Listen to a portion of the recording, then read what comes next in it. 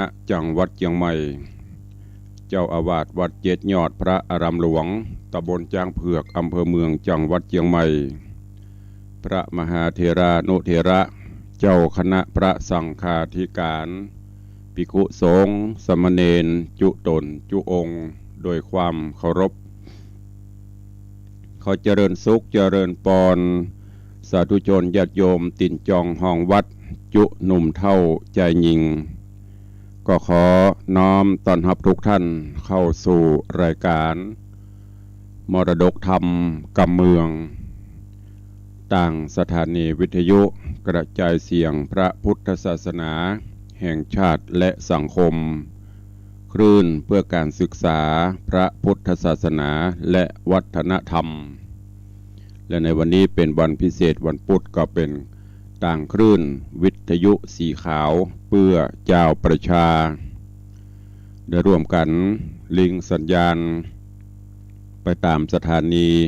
ต่างๆเพื่อที่จะได้กระจายเสียงธรรมะสู่ญาติโยมทั้งหลายในส่วนของค่ายลักอันมีสถานีวิทยุวัดฝ่ายหินตำบลสุเทพอำเภอเมืองจังหวัดเชียงใหม่เป็นแม่ค่ายลักยิงสัญญาณไปตามเครือข่ายคลื่นวิทยุต่างๆอันประกอบไปด้วยสถานีวิทยุวัดหนองกายตำบลสันปะยางอำเภอแม่แตงจังหวัดเชียงใหม่สถานีวิทยุ CM77 วิทยุอินเทอร์เน็ตล้านนาสถานีวิทยุพระพุทธศาสนาจังหวัดเชียงรายสถานีวิทยุคลื่นพระพุทธศาสนาและจริยธรรมวัดพระธาตุเจ้าดอยสุเทพในระบบ FM 96.0 เมกะเฮิรตซ์ ในส่วนของคลื่นเครือข่ายวิทยุสีขาวเพื่อเจ้าประชาในเมตตาของท่านเจ้าอาจารย์พระครูอภิวัฒนวิกรมท่านผู้อำนวยการสถานีคลื่นวิทยุสีขาวและสถานีในเครือข่ายอันประกอบไปด้วยสถานีวิทยุบ้านทุ่งเรดิโออำเภอสันปะตองจังหวัดเชียงใหม่สถานีวิทยุคลื่นธรรมชุมชนของวัดห้วยตองซักอำเภอจอมตองจังหวัดเชียงใหม่สถานีวิทยุเวียงป่าเป้าเรดิโออำเภอเวียงป่าเป้าจังหวัดเชียงรายสถานีวิทยุคณะสงฆ์อำเภอฝางจังหวัดเชียงใหม่ออกอากาศที่วัดน้ำบ่อสาวา สถานีวิทยุมนเสียงธรรมวัดบุพารามอำเภอแม่แจ่มจังหวัดเชียงใหม่สถานีวิทยุชุมชนโคนเมืองลี้อำเภอลี้จังหวัดลำพูนสถานีวิทยุเสียงธรรมจากวัดจันทร์อำเภอกัลยาณิวัฒนาจังหวัดเชียงใหม่สถานีวิทยุสีคำเรดิโออำเภอเวียงสาจังหวัดน่านสถานีวิทยุเสียงใสเรดิโออำเภอต้าวังผาจังหวัดน่านสถานีวิทยุชุมชนคนเหนือเขื่อนอำเภอฮอดจังหวัดเชียงใหม่สถานีวิทยุน่านฟ้าเรดิโอตั้งอยู่ณตำบลประแดดอำเภอเมืองจังหวัดเชียงใหม่สถานีวิทยุวิทยาลัยสงฆ์นครลำปางวัดบุญยวาสวิหารอำเภอเมืองจังหวัดลำปางสถานีวิทยุแดนดินถิ่นล้านนาอำเภอสันปะตองจังหวัดเชียงใหม่และสถานีวิทยุล้านนาเรดิโออำเภอโสปราบจังหวัดลำปางได้เมตตาถวายเวลาให้กับต่างรายการและในเมตตาของท่านเจ้าท่านผู้อำนวยการทุกสถานีต้องขอกราบขอบพระคุณในเมตตาบารมีของท่านผู้อำนวยการทุกสถานีตลอดจนท่านอาจารย์พระครูอภิวัฒนวิกรมท่านผู้อำนวยการคลื่นวิทยุสีขาวเพื่อเจ้าประชาที่ได้เมตตาถวายเวลาให้กับรายการมรดกธรรมกำเมืองพร้อมกันนี้กราบถวายการต้อนรับเจริญปอนต้อนรับครูบาอาจารย์ท่านเจ้าและญาติโยมที่ได้ติดตามรับชมรับฟังต่างเฟซบุ๊กไลฟ์สดของสถานีมรดกธรรม วัดวังสิงห์คำของ104ธรรมะไขเครียดของสถานีวัดฝ่ายหินตลอดจนของญาติธรรมญาติโยมทุกท่านที่ได้เข้ามาแล้วกดแชร์กดไลค์สู่ญาติธรรมในกลุ่ม ก็อนุโมทนาขอบคุณทุกท่านตัวเองปากันวันนี้อากาศจะเย็นซะหน่อยแล้วก็บางพื้นที่บางที่ก็ยังมีฟ้าฝนตกอย่างคืนก่อนไปเตดตีอำเภอสันทรายบ้านแม่แฝกขาปิกตั้งแต่ตั้งวัดทิพย์วรรณารามมาตั้งถึงตั้งหน้าโรงพยาบาลสันทรายฝนตกเขาล่องมาถึงตั้งหน้ามหาลัยแม่โจ้มีแล้วมาจนถึงว่างสิงห์คำมีสักเม็ดมีเป็นบางจุดบางที่ที่ยังมีฟ้าฝนตกอากาศก็จะแปรปรวนบางวันก็อุ่นๆบางวันก็จะร้อนๆหนาวๆ ประกอบกับช่วงนี้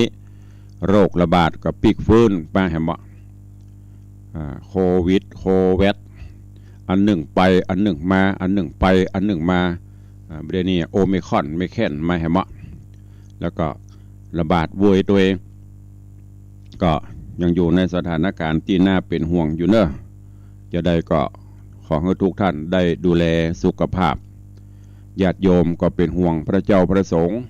พระเจ้าพระสงฆ์ก็เป็นห่วงญาติโยมทุกคนก็เอาใจใส่เป็นห่วงซึ่งกันและกันอย่างตุลงก็เหมือนกันญาติโยมก็จะโทรให้กำลังใจดูแลสุขภาพก็พยายามดูแลเหมือนกันเนอะแต่อย่างยามเจ้าเนี่ยอากาศมันเย็นตื่นมาจะมีกะแอมกะไอเสียงจะแหบพ่องก็ต้องขอประทานอภัยและสู่มาอภัยกับครูบาอาจารย์ท่านเจ้าตัวก่อนที่จะได้ฟังน้ำฟังธรรมนั่นก็ขอตักตายครูบาอาจารย์และญาติโยมที่ได้ติดตามตั้งหน้าจอหน้าเฟซกันก่อนเนาะแล้วก็เดี๋ยวก็ได้ฟังน้ำฟังธรรมแล้วใต้รายการก็จะได้แจ้งข่าวสารงานบุญต่างๆให้กับทุกท่านขอเจริญพรคุณโยมอัมพลรัตาเจริญพรคุณโยมบาลีอินทกุลกับสาธุครับตุลุงกับใบสาเจ้าเจริญพรเนอโยมปีอภิวันกราบใบสาครับตุลุงสาธุสาธุเจริญพรเนอถวายการต้อนรับท่านเจ้าหลวงพ่อธรรมพระครูสถิตเจติยารักษ์กับใบสาครับสาธุใบสาเช่นเดียวกันครับเจริญพรคุณโยมทองคำที่วงคำน้อมกราบใบสาเจ้าสาธุเจริญพรเนอเจริญพรโยมยายเพลินเปื้อนเกษตรกราบใบสาเจ้าเจริญพรเจริญพรโยมปเลี้ยงธนวัฒน์แม่เลี้ยงทัดพิชาสุสิงห์คำกราบใบสาครับใบสาเจ้ายามเจ้าได้ฟังน้ำฟังธรรมก็ขออนุโมทนาตะคืนผ่านบ้านเปิ้นไปม่วนแล้วเนอะแสงไฟระยิบระยับ โทรไปเสียวเล่นอยู่ขอบคุณเนอะกับโยมปเลี้ยงแม่เลี้ยงตัวเองเจริญปอนปินานจรันปิยจันปินันล่าดอยซิวเจริญปอนโยมจรันสุธาดอยแต้นพระผาหลวงสาธุเจริญปอนเนอะเจริญปอนคุณโยมลักษณะเกตดีกราบไว้สาเจ้าสาธุเจริญปอน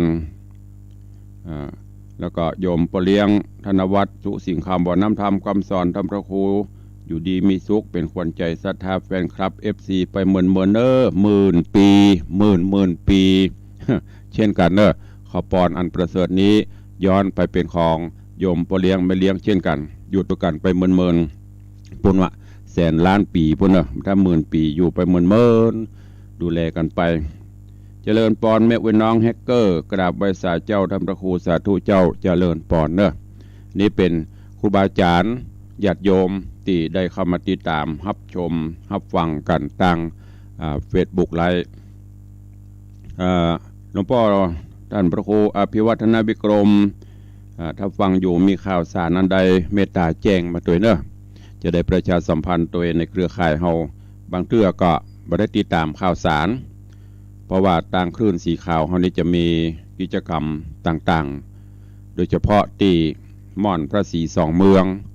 ก็ยังมีกิจกรรมหลายๆอย่างอยู่ถ้ามีข่าวสารอันใดก็ส่งมาตามเมสเสจกับเนอจะได้ประชาสัมพันธ์ให้กับญาติธรรมเฮาได้ฮู้ได้ทราบกันตัวเองก็วันนี้มาฟังธรรมกันก่อนเนาะเป็นหัวใจของรายการแล้วก็ใต้รายการเฮาก็ค่อยมาอู้มาจากันนำข่าวสารมาพบมาปะกับทุกท่านตัวเอง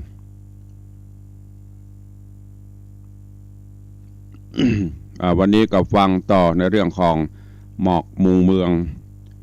ได้เทศนามาผูกที่2ละก็เป็นพระธรรมเทศนาที่ญาติโยมทั้งหลายสามารถนำไปใช้ในการดำเนินชีวิตประจำวันแล้วก็เข้าได้ทุกสถานการณ์บ่มีคำว่าแก่บ่มีคำว่าหนุ่มใจได้ตลอดกาลทำที่พระเดชพระคุณหลวงถ้าเป็นบ่มีเดียวก็เป็นหลวงปู่แล้วเนาะพระครูโอภาสคณาภิบาลได้เรียบเรียงแต่งแต้มสามารถใช้ในสถานการณ์ต่างๆได้วันนี้ก็มาฟังกันต่อในผูกที่2ตอนที่2ในเรื่องของหมอกมุงเมืองณโอกาสบัดนี้ นะโมตัสสะภะคะวะโตอะระหะโตสัมมาสัมพุทธัสสะ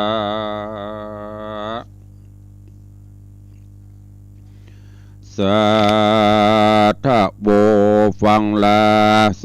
ตุจันนาสัพพุริสะทั้งหลายทั้งหญิงและชายหนุ่มเฒ่าที่ได้ปากันเหล่าที่ตามถ่อมทาดาฟังยังรัสธรรมเทศนาขอเชิญมูลศรัทธาตั้งหลายจุงตั้งจิตใจไม่ถ่อมทาดาฟังต่อไปนานี้และนาตามดังจากนำมาซึ่งนิยายสอนไว้ว่ายังมีใจ2 คนเตียวโดนเตียวดงโหนกลางป่าดงรีอันมีเสือมีลาไปมาส่วนใจ2 ขานั่นนาคนหนึ่งถือผีวิสาทแถมคนหนึ่งนั่นนามีปัญญายอดยิ่งได้ถือเอาแก้วมิ่ง3 ประการเมื่อ กาลละเดียวต่างไปนั่นก็เป็นกาลละเวลา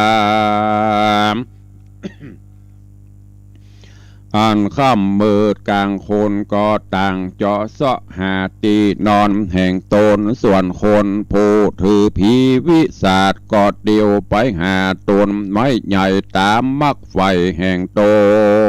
นแล้วก็เวบนขับไว้ขอฮือผีอยู่ต้นไม้มารักษาส่วนคนที่นับถือพระพุทธศาสนาก็ไปหาอย่างที่นอนอันบอกไกลกันแสวงหาใบไม้มาปูลาดเมื่อจักนอนก็นมัสการขับไว้เกิดถึงกุลพระตะไร3 ประการว่าอิติปิโสโหภะคะวะตามคบนอบน้อมสวากขาโตสุปฏิปันโนพร้อมจุประการตกกลางคืนมาฮอดหมู่อันว่าหมู่เสือมีฝูงหมูป่าก็แอวลาสะแวงหากินปุญจาอาหารก็ไปพบปานใส่คนถือผีอันนอนอยู่ที่เก้าไม้ใหญ่ผีอาสะไรอยู่ที่หันเสือจักแมงกาบกันผีตัวนั้นก็ครางว่าอย่าเอาไปเขามาอาสะไลฝากตัวไว้กับข้าแล้วเสือก็กระดเกี้ยวหนีไป สามมาพบใส่คนถือรัตนตรัยสามสิ่งเสือก็คิดว่าจักกินเป็นอาหารลำยิงเสือก็เข้าไปไกลก็บังเกิดความสงสารลวดย่างอยู่หันใจฮ้อนบะบูตั้งตัวมีใจกลัวลำยิงก็กลับหลังวิ่งเวโวนไปหาคนที่ถือผีแถมเล่าผี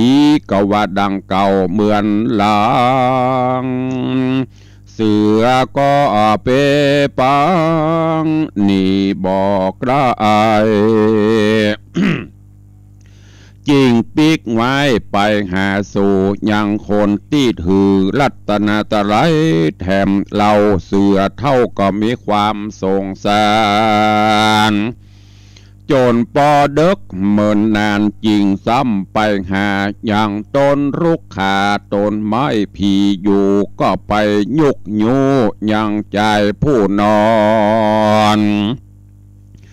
บ่อาวรร้อนรีบผีมันก็งีบหลับไป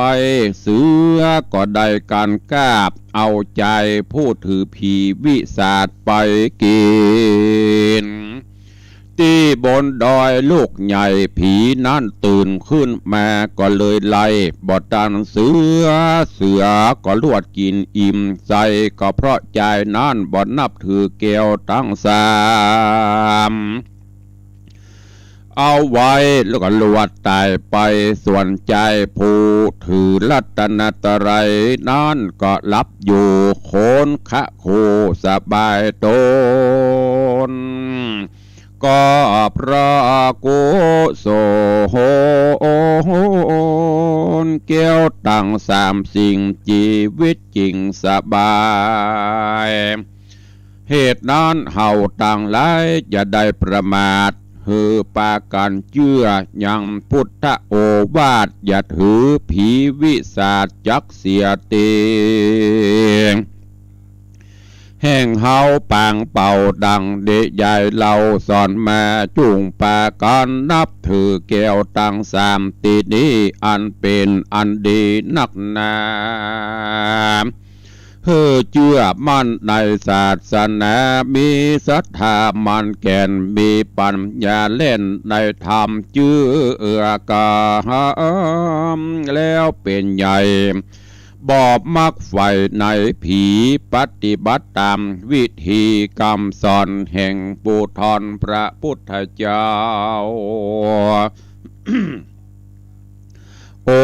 วาทนั้นเล่ามีสามประการกล่าวแต่บทประธานตัวใหญ่อันได้แก่สัพพะปาปัสสะอาการะนังกุศลสุปสัมปทาสจิตตาปริโยทะปานังเอตังพุทธานาสาสนังดังนี้ห้ามว่าบ่ฮือกะตำบาปฮือกะตำกุศลฮือรักษาจิตตนฮือสะอาดสามบันนี้นาเป็นโอวาทคำสอนพระพุทธเจ้าโบสถ์เก่าว่าบ่ฮือกะตำบาปคือบ่ฮือกะตำความชั่วต่างหลายเป็นการกระทำให้แก่ตัวเก่าจักเป็นตุกเล่านันนามันหากเกิดโดยกายว่าจะใจอันหยาบผูกกระทำบาปก็นับว่าหาบของนักตำกระทำบททวนสองว่าฮือกระทำบุญกุศลเต่านันตัวกุศลได้แก่ปัญญาดีหูวิธีบุญและบาปมีใจฉลาดต่างดีบุญนั้นได้แก่ใจขาวสะอาดบุญเป็นธรรมชาติบ่มีตัวกาย มีแต่ชื่อบ่ได้เต้าอันคนใดกระทำคนนั้นก็ได้บุญนั่นอยู่ภายในกันบุญมีที่ไผก็มีหน้าตาใสโจมจื้นเถิงรับตื่นมาใหม่ก็ดูก็ยังดูผ่องใสเพราะบุญอาสะไหลตั้งอยู่เวลาอู้ฟู่ก็ม่วนวานหุ้มกระตำตานบอกขาดตามธรรมชาติเข้าของตนมีตามบาลีบอกไว้ว่าฮือรักษาใจฮือข่าวอย่าฮือเฟื่อนไปต่างบาปเพราะใจเป็นธรรมชาติลงลายจะเตรียมไปเหมือนวอกมันจ้างหลอกลงไหลตามต้านบอกไว้ฮือเอาสติมัดจิตมัดใจผูกโดยสมาธินั่นนาแถมมีปัญญาแอมดังกล่าวใจจริงบอกเงามัวพันเพราะใจสำคัญตั้งอยู่จักจะอู้ฟู่กับภายก็เพราะหัวใจมันส่งกันใจข่าวสะอาดลงก็ถูกดีตามบาลีไขว่าใจเป็นใหญ่ในกายกันใจตายไปจากเหลือแต่คาบรูปกายคนตั้งหลายก็หัวว่าผีตายเป็นหมู่เพราะใจบ่ตั้งอยู่ในกายเหตุนั้นเฮาตั้งหลายจะได้ประมาทฮือมันมาวัดรักษาศีลภาวนาไปอย่าขาดเมื่อพญามัจจุราชบ่ตันมาเถิงตนฮือมันกะตำกุศลไว้ทากันตายก็จักได้ไปเกิดจันฟ้าเลิศเมืองสวรรค์ย้อนบุญกุศลพันตามตอบอันเฮาได้กะตามอันเฮาได้กะตามจอบในเมืองโคนดังพระตัสสะปนสอนไว้บุญนี้ตกน้ำบ่ไหลแม่นตกไฟก็บ่มาอายจนผู้หายจักเอาไปก็บ่ได้บ่เหมือนสิ่งของเงินทองฮือมันกะตำไปเตือนน้อยเถิงเมื่อซอยก็หากมีลายอย่าเหือชีวิตสูญหายเสียเปล่าอย่าปล่อยอายุเล่ากวงในจงเหือยิงใจหนุ่มท้าเอาได้ขาดกายว่าจะใจหือหมดใสสะอาดหือได้เป็นมนุษย์ชาติโคนดีเหมือนเฮาคาดสีของเก่าฮึบมีวันน่ะดีเราหมดสายตามบาลีไข่กาวจีของเก่าแล้วเอาคัดสีใจเป็นของดีสืบไปนาบ่อยาจะเล่นนาตีนี้จากจะไข่กล่าวเรื่องน้อยฮือตานรักษาศีลตามดังพระมุนินสำแดงไว้เพื่อเป็นไม้ไต่ฮือเฮาได้ปฏิบัติตามคือกายว่าจะงามผ่องแผ้วต่างนั้นแปลว่าสะอาดแล้วซึ่งเผาของฮือเป็นต่างตามฐานะทวนทีบ่มีความทะนีในเข้าของด้านจำแนกไว้เป็นสองประการคืออมิสตานและธรรมตานอมิสตานคือเข้าของเป็นเงินทองยิ่งปัจจัยยิ่งเป็นตานพร้อมโดยโภชนะอาหาร ทุกสิ่งถวายเป็นตานแก่ผู้มีศีลเจียงคันสะอาดและคนทุกจาตอนาถาตั้งปิตาบรรดาพ่อแม่ผู้เฒ่าผู้แก่ที่มีบุญยอมมีอานิสงส์หากสะนองธรรมทานเป็นสองได้แก่ผู้หูกองนักผาดมีปัญญาฉลาดในธรรมได้แนะนำคนอื่นให้จมชื่นในธรรมหูวิธีกรรมบุญบาปตามสุภาพกองดีตามบาลีไขกล่าวสำแดงข่าวธรรมเทศในคงเขตกรรมสอนอันปะบอนกืนเก้ามีศีลนั้นเล่าได้แก่พุทธบัญญัติเป็นของคัดกายวาจาหือสะอาดบ่หือผิดพลาดลงลายตามดังต้านไข่มี5 ข้อ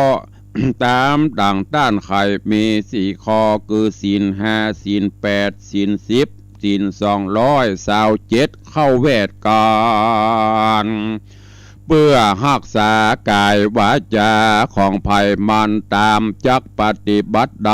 ในที่นี้จะกล่าวแก้ศีล5 ประการศีลข้อ1คือปานาติปาตาจะได้บุพติยังอินทรีย์สัตว์อื่นหือมีชีวิตจมจืนคุณนาอาตินนาข้อ2หือเว้นจากลักเอาของผู้อื่นหือมี ความจมจื่นแต่จะของเฮาอย่าได้มัวเมาโลภเอาของต้านหือกึดอ่านหิหาเอาคนเดียวจริงดีงามกาเมข้อ3หือเว้นจากประเวณีผัวเมียคนอื่นหือมีใจจมจื่นแต่ผัวเมียตัวอย่าเมามัวเมากับโดยคนอื่นจักเป็นการแตกตื่นผิดเถียงกันบอดดีมุสาข้อ4เว้นจากกล่าวมุสาวาทมักว่าจุไล่หือที่ต้านที่บ่มีหลักฐานหือมีปากหวานจื่นจ้อยดังน้ำเพิงน้ำอ้อยจื่นเย็นใจกำอันใดเขาจื่นสู้หือเลือกแต่กรรมดีกรรมบ่มีจะได้นำออกเป็นคนสอกอกไผ่บ่นับถือเชื่อหน้าสุราเมข้อ5หือเว้นจากกินเหล้าเมรัยคือสุราเมลัยอันเป็นที่ตั้งแห่งความประมาทผู้เป็นนักพาดควรเว้นนี่ไกลการว่าเป็นพญาติกินยากับยาก็ได้ตามที่ท่านสอนไว้ควรหูจักประมาณคนกินเมินนานบอกขาดก็บอกขาดเป็นการเอาพญาติมาใส่ตัวหื้อตามัวหม่นเศร้าก็เพราะเราเผาตาอ่างหน่อยลวดเป็นไอติดปอดไส้ทนบ่ได้ลวดตายไปเหตุสุราเมลัยเป็นเหตุหือพ้นจากเขตมือหือเอืองโคนพระตัดสะปนจริงห้ามแขวดอันวาศีล8บท2เป็นกรรมสอนเกกระเพื่อจักจากศีล5งามยิ่ง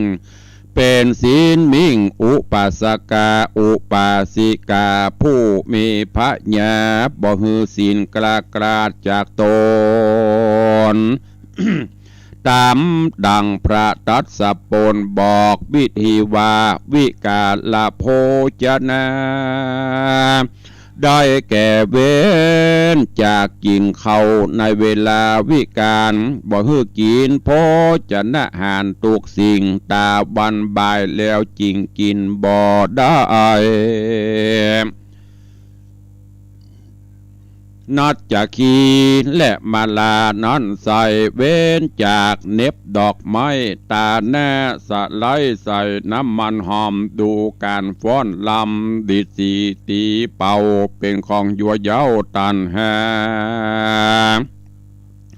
ข้อหนึ่งนั่นแน่อุจาเว้นจากการนอนบนที่นอนบนจองตังอันสูงดีอันเป็นสี่โดยงิ้วไฟอันจะเกิดผลให้คือศีลมัวมองการผู้ปฏิบัติตามกองศีลที่สำแดงมาบอกกลาดเกลียวฮือขาดสูญหายจักใดอานิสงส์หลายสิ่งคือว่าได้เป็นเทวดาตนยิ่งอยู่บนสวรรค์มีโภคาเข้าของทุกสิ่งแล้วจริงจักได้เถิงนิพพานในอนาคตการอันจักมาไปนาการสมปานเกกลาก็จักได้สุขมากลายดังบรรยายมานี้แลนาเนติตังขีแยอันกล่าวแก้ไขยังธรรมเทศนาเรื่องหมอกมุงเมืองผูกทวนสองก็บังโกมสมเรเอจะเดช ก็จบไปแห่มผูกหนึ่งในเรื่องของหมอกมุงเมือง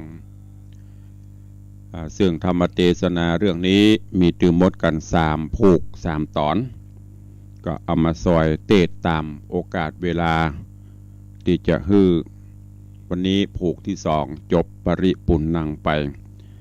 ในเรื่องราวก็ได้กล่าวนับตั้งแต่ต้นผูกมาก็พูดถึงเรื่องการที่เราจะได้เกิดเป็นคนเกิดเป็นคนมาแล้วจะรักษาอายุคือมันยืนยาวก็ยากการเกิดมาเป็นคนแล้วจะได้พบปะพระพุทธศาสนาได้พบปะน้ำธรรมคำสอนขององค์สมเด็จพระสัมมาสัมพุทธเจ้าก็เป็นการยากอันนี้ได้อธิบายไปกิโชมนุสสะปฏิลโภอย่างนี้กิฉังมัจจานังนาชีวิตังที่ได้อธิบายไปมาถึงในตอนนี้ได้กล่าวถึงการเคารพนับถือ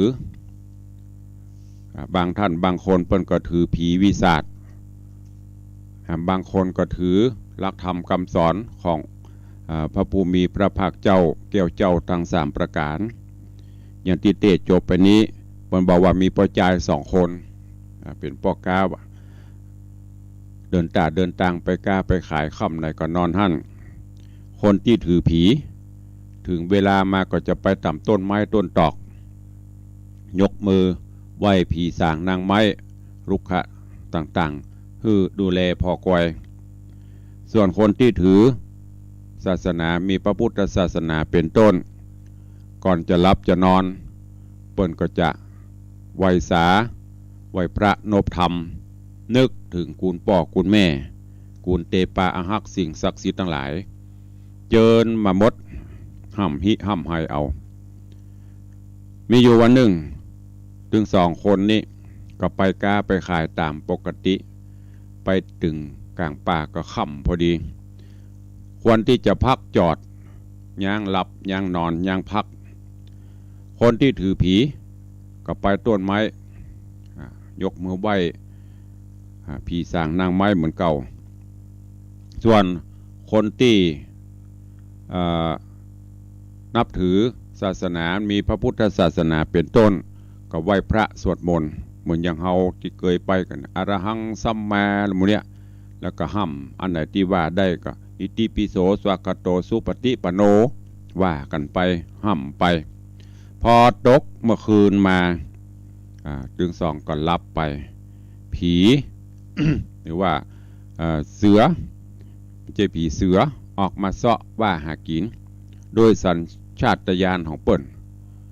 ไปถึงที่คนที่ถือผีตอนนั้นมันยังเจ้าอยู่ราตรีนี้ยังเยาผียังหลับตัวหรอจะว่าผีบลับมานอนนะผีก็รับก็นอนเหมือนกันนะผีก็บอกว่าโอ้ไปเงียบเปิ้นเด้อเปิ้นมาขอเปิ้งบารมีข้าดูแลอยู่เสือก็ไปจากนั้นก็ไปที่คนที่เปิ้นนับถือพระพุทธศาสนาที่ได้ไหวพระนบธรรมเข้าใกล้ไปได้ฮ้อนแล้วก็เกิดความอินดูสงสารเมตตาไว้ปิกมาแหมมาหาที่คนถือผีแหมผีกระบอกอย่างเก่าไปเงี้ยเปิ้นเนอเปิ้นมาขอเปิ้งนะข้าดูแลอยู่เตียวไปเตียวมาเตียวไปเตียวมาเดือดจนเดินเกิงคืนค่อนรุ่งไปผีก็ขลับแล้วหรอผีก็หนีไปละไปหลับไปนอนเสือมาแหมคำนี้มีไผว่าหือว่าแล้วเฮ้ยคนที่ถือผีก็ไปอยู่ด้วยล่ะกำนั้นเสือก็ลากเอาคนนั้นไปกินลากเข้าป่าไปกินเลือดดุกปีกมาจะมากินคนที่นับถือพระพุทธศาสนาที่เปิ้นไหวพระนบธรรมแหมเข้าไปได้เข้าหาไปได้เพราะบารมีศีลธรรมกุลศีลกุลธรรมพระรัตนตรัยแก้วเจ้าปกโหมอยู่จนแจ้งมาคนที่ถือศีลที่ถือพระพุทธพระธรรมพระสงฆ์เบิกบานแจ่มใสลุกมายิ้มเตียวไปพอคนที่ถือผีเดี๋ยวก็ตูกเป่าก็หู้ได้ดันดีว่าการนับถือกูลแก้วเจ้าตั้ง3ประการเนี่ยสามารถปกโฮมเฮาได้ทุกสถานที่ทุกอิริยาบถถ้าเฮามีศีลมีธรรมนะอยู่ที่ไหนเฮาก็ ดูแลเอาใจใส่เฮาได้อย่างที่พุทธเจ้าเปิ้นให้โอวาทไว้3ประการ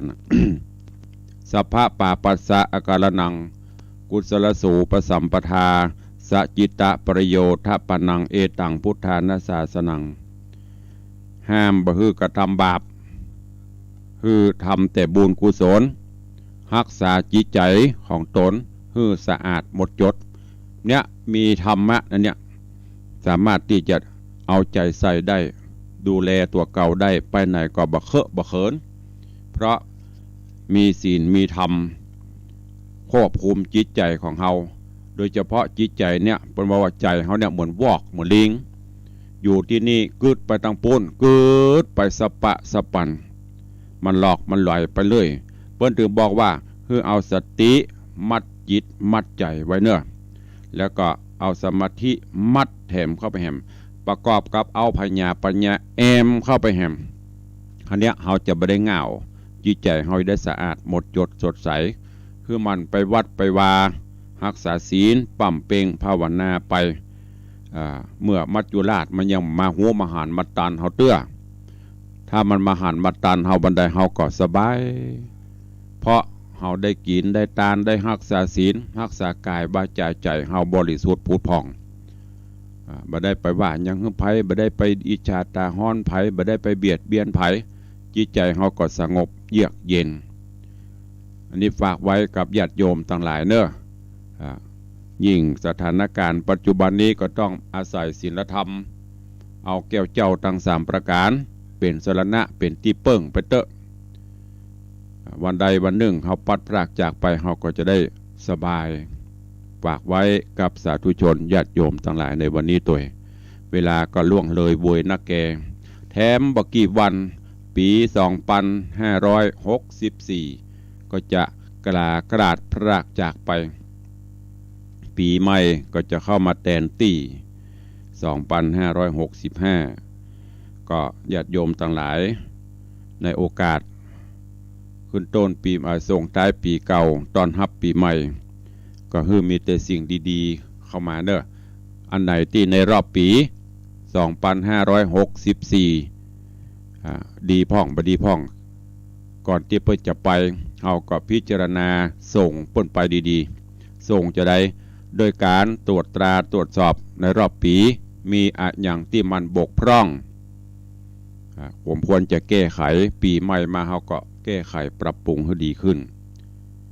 อายุเขาก็แก่ไปเสี่ยงไปแหมละเด้อก็ฝากไว้กับทุกท่านตัวเอง ในส่วนของญาติโยมคลื่นสีขาวเฮานั่นก็มีกิจกรรม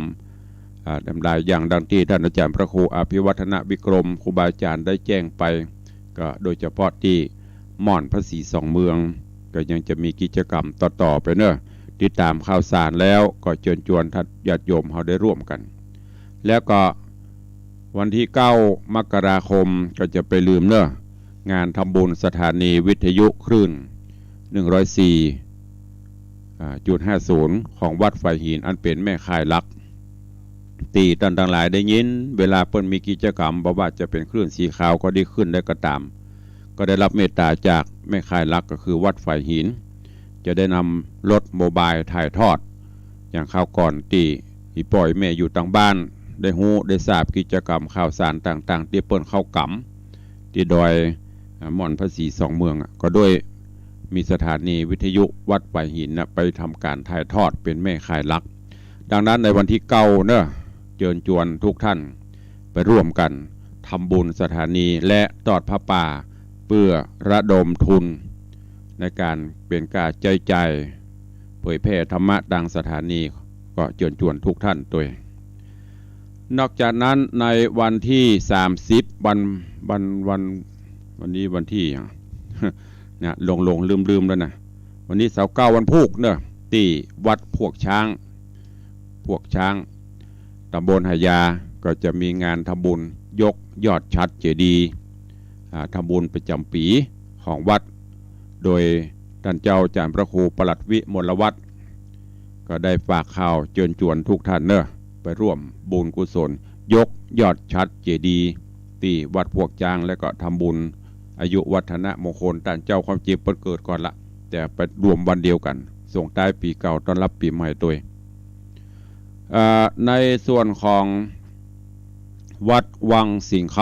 ำก็น้อมเอิญเชิญชวนสาธุชนญาติโยมเนอะวันที่31เมื่อคืนก็จะมีการสวดมนต์ข้ามปีวันที่1 มกราคมก็จะมีพิธีทำบุญตักบาตรเมื่อเจ้าแล้วก็กินข้าวน้ำจำเข้าไงแล้วก็จะมีพิธีถวายทานอาราธนาองค์พระมหาอุปคุตเถระเจ้าขึ้นประดิษฐานบนหอไม้ซึ่งโยมปเลี้ยงธนวัฒน์แม่เลี้ยงทัดพิชาสุสิงคำพร้อมญาติธรรมเฮาได้ร่วมกันจัดสร้างหอพระมหาอุปคุตขึ้นใหม่เป็นแบบไม้ทรงเรือนไทยจตุรมุขแล้วก็ปิดทององค์หลวงพ่อพระอุปคุตพระมหาเถระเจ้าแถมใหม่เบ็ดเสร็จแล้วใจงบประมาณถึงหมดประมาณ130,000 บาทแล้วก็มีญาติโยมเฮาร่วมกันบริจาคมาปิดทองพระมหาอุปคุตร่วมกันสร้างมาแห่มก็ต้องขออนุโมทนาเนอะวันที่1เขาจะได้มอบถวายประกอบพิธีถวายทานแล้วก็จะมีการทำบุญถวายทานต้นเงินต้นทองต้นเพชรอีแม่โทรมาถามเป็นจะได้ตุ๊เจ้าต้นเงินต้นทองต้นเพชรก็คือต้นปัจจัยต้นเงินต้นละ300 บาททางวัดก็มอบเหรียญหลวงพ่อพระสิงห์คำสติกเกอร์และปฏิทินปักกระตือนละนาฉบับวัดธาตุคำเพื่อ1 ชุดร่วมทำบุญถวายทานต้นทอง500 บาทก็มอบผ้ากริ่งงามเหมาะสำหรับแขวนคอห้อยคอใส่กรอบงามๆผ้ากริ่งหลวงพ่อพระสิงห์คำสติกเกอร์แล้วก็ปฏิทินร่วมทำบุญต้นเพชร1,000 บาทก็มอบองค์ลอยรูปหล่อองค์ลอยหลวงพ่อพระสิงห์คำสติกเกอร์แล้วก็ปฏิทินละนามอบให้ทุกท่านที่ร่วมหรือจะให้จะหอมตามอัธยาศัยตามเจตนาก็บอกว่ากันวันที่1กินข้าวน้ำจำเข้าไงแล้วว่างเวรก็เจิญเนอะในส่วนเมื่อคืนก็จะมีการจุดพลุเฉลิมฉลองส่งท้ายปีเก่าต้อนรับปีใหม่การนี้ต่างโยมปเลี้ยงธนวัฒน์แม่เลี้ยงทัดพิชาสุสิงคำมอบถวายปัจจัยในการจุดพลุ 15,000 บาทแล้วก็มีโยมแม่บัวพัดชัยมาลาโยมปิยธิดาติยพรแล้วก็มีแม่อุ้ยมอนจันคำมีโยมแม่ประณีมีโยมแม่คำใสมโนสารแม่ครูเหรียญทองจันทรีแม่ยอดเรือนช่างขายแม่แม่สุวรัตน์ใจโตแม่จันดีวิสุทธินันท์นี่ก็ให้หอมพลุกันมาคนแก่นพ่อง2 แก่นพ่อง5 แก่นพ่อง ก็จะจุด ในวันที่31เมื่อคืนวันที่1แหมจุดไปแหมไปเรื่อยๆนี่ก็แจ้งให้ญาติโยมต่างหลายเนอะได้ร่วมโมทนาบุญด้วยกันตัวเองก็ขออนุโมทนาบุญเพิ่มเติมที่ญาติโยมได้ให้ได้หอมบริจาคมาก็มีหลายท่านหลายคนก็เดี๋ยว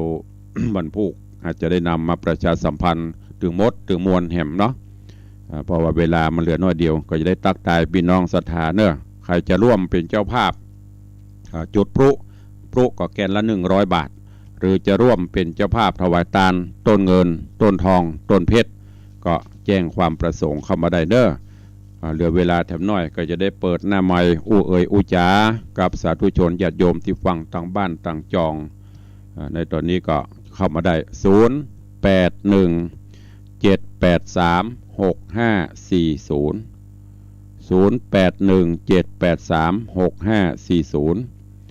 ใครจะอู้จะเอ่ยจะตักจะตายก็เข้ามาได้เด้อ เจริญปอนแม่เลี้ยงทัดพิชามาสการยามเจ้ามาสการนะคะเป็นกำลังใจยามเจ้าเด้อขอผู้ท่านสุขภาพแข็งแรงนะปีใหม่นี่นะเป็นลมโพลมไทยศรัทธาญาติโยมไปเมินสัก5 ล้านปีเนาะท่านเนาะธัมโมคนปกปักรักษาท่านเลย5 ล้านปีเขามาอยู่ด้วยกันได้5ไปว่าที่มันว่าบ่ได้มันไปมี5 ล้านปีปัตโตเป็นเหลียเต้าหวยได้กันแต่กี้นะนึกว่าเป็นแสนเป็นหมื่นกว่าท่าน5 ล้านปีเลยจ้ะเอาโอเคสาธุอนุโมทนาสาธุโท5 ล้านปีนี่ปัดให้หม้อหอยโดรัมโมโดรัมโม5 ล้านปีก็เนอะพ่อเลี้ยงปัดเต้าไว้สาธุสาธุบ้านท่านเจ้าส่วนทุกองค์เลยได้เข้ามาดูมาชมFGเอาตัวเนอได้รับร่วมทำบุญร่วมกันวัดบางสิงคำเฮาโอ้อันน่าดียังขึ้นหลับแล้วท่านพระครูตู้ในวังนึกบอกให้หลับให้นอนอันนี้มันใครหลับเลยเมื่อคืนกับไปเทศตึกไปประเทศมาสั่งมาสอนโอ้ไอ้สาลูกเจ้าสาธุอนุโมทนาเนอะพอจักมัดไม่ถึงได้เนาะใจเนี่ยมัดไม่ได้ติดอย่างเดียวเนาะอะไรพระครูเนี่ยกับมัดจิตมัดใจไว้สั่งสอนถึงวันสาธุบุญรักษาเปลี่ยนกันอู้คนน้อยวันนี้มันหลายสถานีเจริญปอนพระเจ้าท่านพระครูเป็นวัดสิงห์วังสิงห์คามแม่อุ้ยอินฟังอยู่นะเจ้าสาธุอนุโมทนาเด้ออายุปีใหม่ก็มีอายุมั่นยืนยาวเป็นร่มโพร่มใจปกปักรักษาคุ้มครองของประชาที่กางเทศสังธรรมนะเจ้าสาธุอนุโมทนาอายุท่านพระครูก็แข็งแรงนะเจ้าสาธุสายต่อไปเจริญปอนเข้ามาเด้อเหลือเวลาแถมหน่อย การแม่เลี้ยงอวยพรให้ปดล้านปี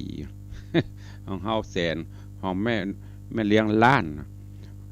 ของพ่อเลี้ยงบ่บอกว่าเอาอย่ามามัดดิฮะมัดได้ตุลุงมัดได้อยู่ จิตใจเหมือนลิงลิ่งกรอกไปมาอยู่หั่นตัวไปอยู่นี่ใจไปแหมติ่งอย่างตุลุงนะจะไปฮับตาลใจไปแหมติ่งว่ามาจันคำบ่ได้เปลี่ยนกันอู้คนน้อยเข้าใจวันนี้หลายสถานีไปอู้เมินไอ้สาเจ้าแม่เอาตังฝากปีนั้นไปเพื่อนฝากมาละแต่มาถึงเตื้อเจ้าถ้ามาถึงจะบอก600นะเจ้าสาธุอนุโมทนาเด้อเจ้าเมีย600เบี้ยผู้สูงอายุ600แม่อุ้ยมอนนี่กินตาลไปกินยังก็ได้ตุลุงตาลว่ากินไปหน้าโมทนาสาธุอุ้ยมอนจันคำแสงบุญมีแหมก็วันนี้ขนาดถ่ายทอดไปประมาณ30สถานีนะมีอีกไหมใครจะอู้ตัวตุลุงมันก็ถึงมี 4-5 คนเท่าเตี้ยเนาะวันนี้สีขาวขึ้นสีขาวก็ลิงสัญญาณกล้าประกาศรายชื่อสถานีประปวดกลางเนอะตั้งแต่เมืองน่านบ่ห่ำขึ้นมาใครจะอู้ตัวพ่องมีก็ ดักปิ้งไม่มีใครเลยเหรอฟังวันนี้วันพุธนะอย่างปอเลี้ยงวันตะเกียขนาดตะคืนประเทศทำมาประดึกนะไม่ใช่บัดอันนี้วันนี้วันพุธประหลาดผลิตลุกส่งน้ำไหวพระมานั่งเตดมิเตียมาได้กับปอเลี้ยงแ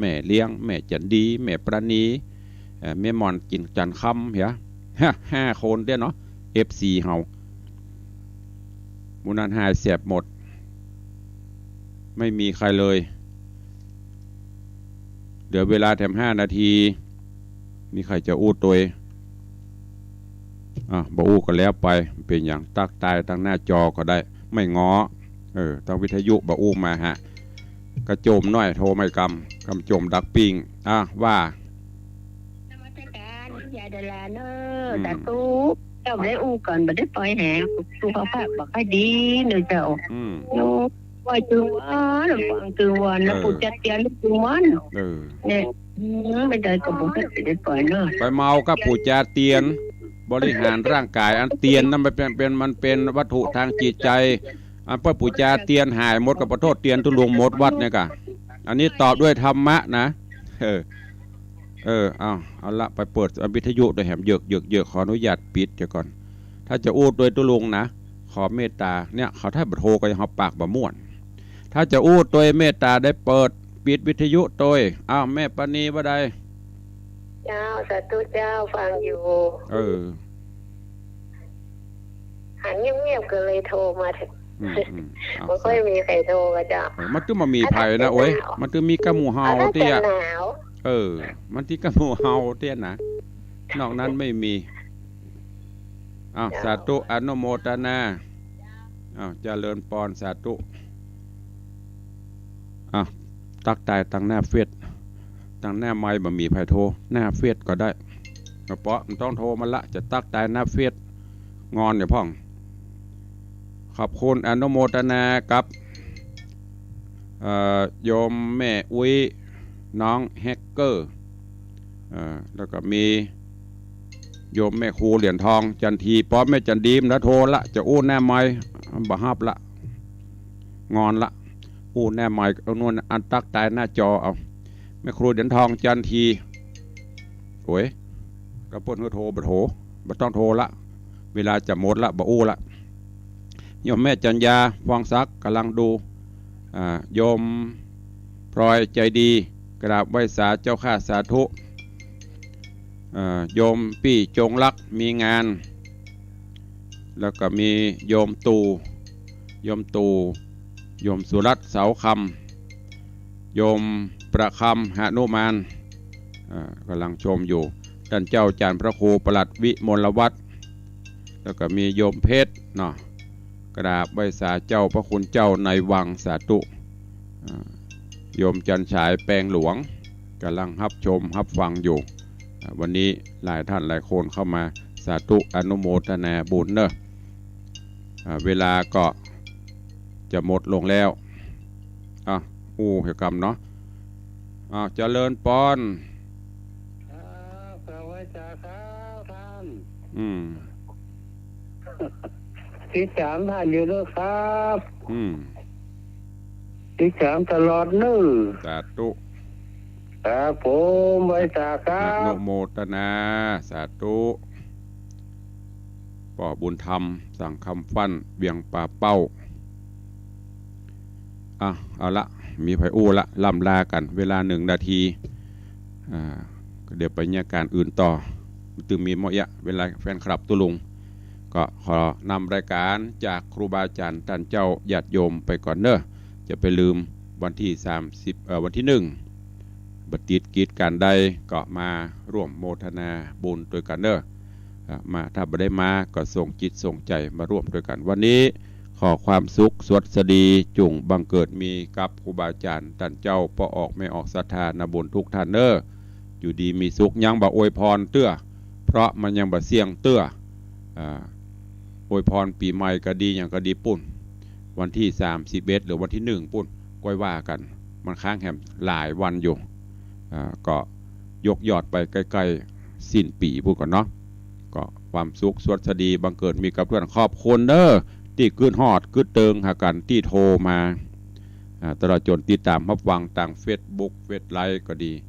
ขอกุณแก้วเจ้า3ประการอภิบาลปกห่มทุกท่านเนออยู่ดีมีสุขมันกันจุดตนจุองค์จุผู้จุคนจัตตารโอธรรมาวัฏันติอายุวันโน